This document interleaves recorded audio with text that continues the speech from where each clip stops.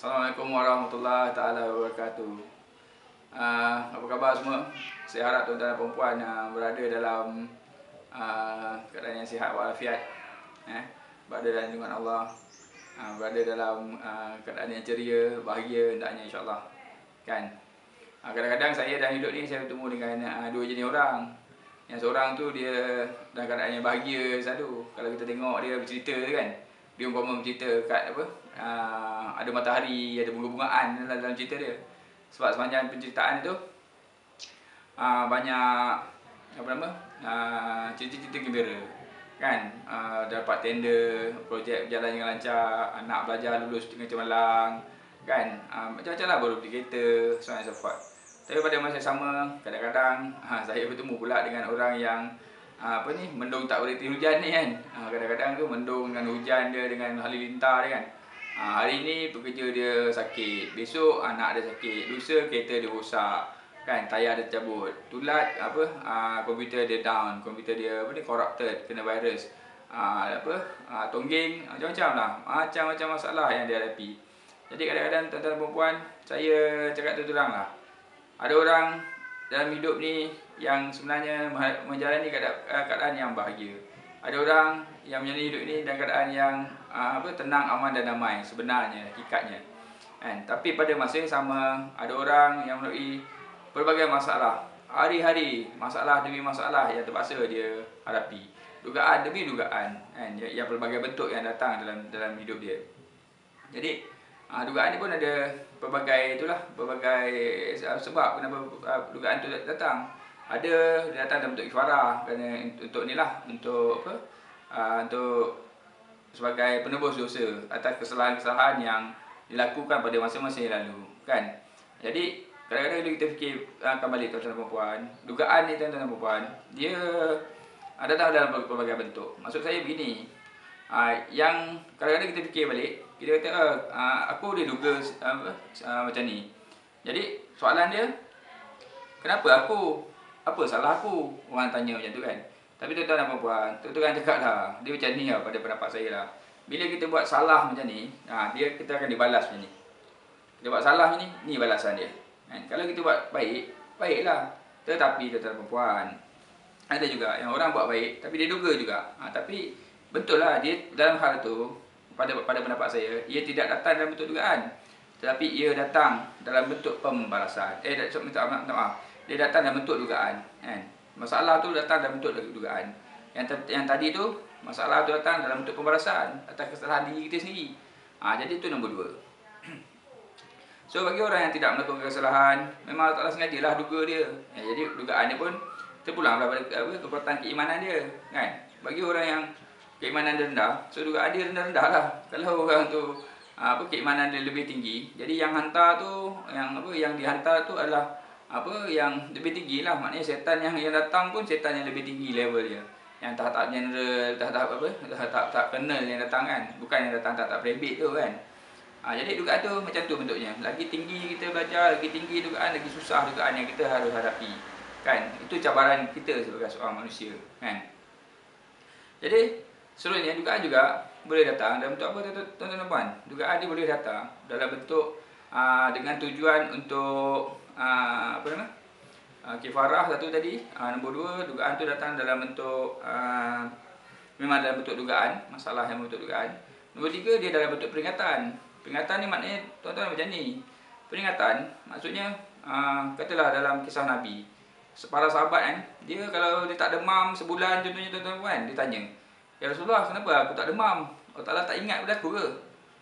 Jadi dugaan tu tadi kan, yang dia hadapi tadi, demam ke apa ke kan, kena langgar aksiden ke, dia umpama apa tuan-tuan dan puan? Dia umpama kira macam peringatan lah. Allah Ta'ala nak ingat atas ingatan Allah Ta'ala pada orang tu. Jadi bila diduga, dia menunjukkan Allah Ta'ala ingat pada dia kan. Para sahabat dulu, sahabat Rasulullah, dia gembira tuan-tuan dan puan. Dia gembira kalau demam, dia gembira kalau dia duga. Sebab bila dia duga, dia kata apa tau? Wah, Alhamdulillah, Allah Ta'ala ingat pada aku. Jadi tuan-tuan dan puan, kalau tuan-tuan dan puan-puan pada hari ini dia duga, bersyukurlah. Sebab apa? Tanda-tanda Allah Ta'ala ingat pada tuan-tuan dan puan. Syukur banyak-banyak. Tu terang saya cakap, tuan-tuan dan puan, saya ada 5 orang anak pada ketika ini. kan. Dua daripada anak saya, yang besar dan yang kecil sekali kan. Taklah beri satu dugaan lah. Kedua-duanya menghadapi penyakit jantung berlubang. Dua orang anak saya jantung berlubang. Yang besar tu dah dibedah lah pada umur 4 tahun. Dan yang kecil tu masih lagi dalam observation doktor lah. Tapi tuan-tuan dan puan, cuba fikir macam ni. Saya fikir macam ni. Bila dapat dugaan yang begitu, tuan-tuan dan puan, untung dia bini. Kita sebenarnya adalah merupakan insan-insan yang terpilih, kan? Insan-insan terpilih untuk menghadapi dugaan ini. Dan hendaklah kita bersyukur, hendaklah kita redha, dan hendaklah kita berusaha untuk menangani masalah itu, kan? Sebab kalau fikir balik, kan, kita boleh buat perbandingan. Orang lain menghadapi masalah yang lagi teruk, kan? Contohnya 2-3 hari lepas saya tengok dalam MHI seorang budak Adam ni, kan, ada ketumbuhan otak, kan. Lagi teruk, kan? Hidup segan mati tak mahu. Sian kat dia. Tapi saya cuma ada 2 orang anak jantung berlubang. Setakat ni alhamdulillah mereka seorang pun dah bedah, seorang pun dah baik, kan. Dah tingkatan 3 pun, kan, tengah ambil PMR, kan. Dan seorang lagi masih lagi 44 tahun. Tapi tak ada masalah, kan. Macam saya cakap tadi lah, kan, pada tuan-tuan dan puan yang punya dugaan yang anak jantung berlubang ke, yang punya dugaan penyakit ke, kan, atau macam-macam lah dugaan yang ada, penyakit kronik ke, kan. Bapa tak sihat ke, macam-macam lah dugaan yang lain-lain pun, ingatlah tuan-tuan dan puan adalah orang-orang yang terpilih. Dan ingatlah dugaan tu, dan setiap dugaan yang Allah turunkan pada kita tu ada hikmah di sebaliknya, kan, ada hikmah. Okey. Tu dah nombor 3. Tu nombor 4. Dugaan ni juga tuan-tuan dan puan, kita boleh ambil dia sebagai pemelihara. Tadi Allah Ta'ala ingat pada kita. Nombor 4 ni Allah Ta'ala pelihara kita. Contohnya kan, kita nak buat benda jahat. Nak pergi disco lah, kan. Nak pergi berboya-boya, nak pergi DRO, nak pergi langgar pelacur ke nak, kan. Sebelum kita pergi tu dah accident, tuan-tuan dan puan. Kan? Accident, dugaan dia accident. Tapi kalau fikir balik, sebenarnya tak nak pelihara kita supaya kita jangan buat benda-benda macam tu. Kadang-kadang saya ada kawan-kawan yang mana dia tension sangat, dia nak minum arak contohnya, kan. Nak minum arak sebab tension, kononnya minum arak tu boleh tenangkan hati dia. Tapi tuan-tuan dan puan, sebelum sampai kat tempat tu, tuan-tuan dan puan, banyak masalah, banyak halangan yang menyebabkan dia tak jadi minum arak. Jadi dugaan yang halangan-halangan yang dia lalui untuk pergi tempat buat jahat tu, tuan-tuan dan puan, sifat dia memelihara. So kadang-kadang tuan-tuan dan puan, kalau kita nak buat jahat, kalau ada apa-apa halangan tu, kan, kena fikir. Mungkin Allah Ta'ala nak pelihara kita. Mungkin Allah Ta'ala kata, duduklah dalam landasan, jangan keluar landasan, jangan lakukan benda-benda yang mungkar. Jadi banyaklah cerita-cerita tentang dugaan-dugaan yang boleh saya rungkaikan di sini, tentang bagaimana nak mengatasinya, kan. Bagaimana untuk memahaminya, soalan yang so kan. Dalam apa bentuk dugaan yang datang, dan macam-macam lagi, kan. Boleh ceritakan tentang apa elemen-elemen sebab penyebab dugaan, kan. Boleh dipanjangkan, tapi tak apa, cukuplah 4 ni.